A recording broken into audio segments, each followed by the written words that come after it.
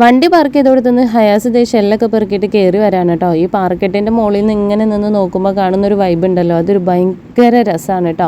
Sunday ആയതുകൊണ്ട് തന്നെ അത്യാവശ്യം നല്ല തിരക്കുണ്ട്. ഹംനയുടെ ഫസ്റ്റ് ബീച്ച് വിസിറ്റ് ആണ്. ഹംന പക്ഷേ വരണ വഴി തന്നെ ഉറങ്ങിപ്പോയിട്ടോ. കുറച്ച് വൈറ്റമിൻ ഡി കിട്ടട്ടെന്ന് ഓർത്ത് ഞാനും ഹംനയും കൂടി ഇരിക്കുകയാണ്. കുറച്ച് കഴിഞ്ഞപ്പോഴേക്കും ആൾ എഴുന്നേറ്റു. പിന്നെ ഹയാസിൻ്റെ പ്രഹസനങ്ങളായിരുന്നു. രണ്ടുപേർക്കും ഞാൻ സെപ്പറേറ്റ് ഡ്രസ്സൊക്കെ എടുത്തിട്ടുണ്ടായിരുന്നു കേട്ടോ. അതുകൊണ്ട് ധൈര്യമായിട്ട് ഞാൻ ദേ വെള്ളത്തിലേക്ക് ഇറക്കി വിടാണ്. ഹംനയ്ക്ക് ഇപ്പോൾ 9 മാസമായിട്ടോ. അത്യാവശ്യം ആൾ പിടിച്ച് നിൽക്കുകയും പിടിച്ച് നടക്കാനൊക്കെ ശ്രമിക്കുന്നുണ്ട്. അതുകൊണ്ട് തന്നെ ആള് അത്യാവശ്യം അറിയുന്നുണ്ട് കേട്ടോ, വെള്ളവും കാര്യങ്ങളൊക്കെ അറിയാം.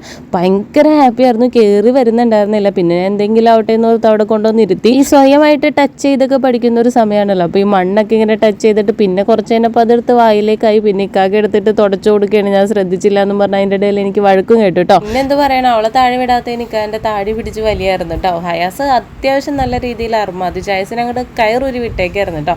പിന്നെ ഇരുട്ടിയപ്പോഴേക്കും രണ്ടുപേരെയും കയറ്റി ഡ്രസ്സൊക്കെ ചേഞ്ച് ചെയ്തു.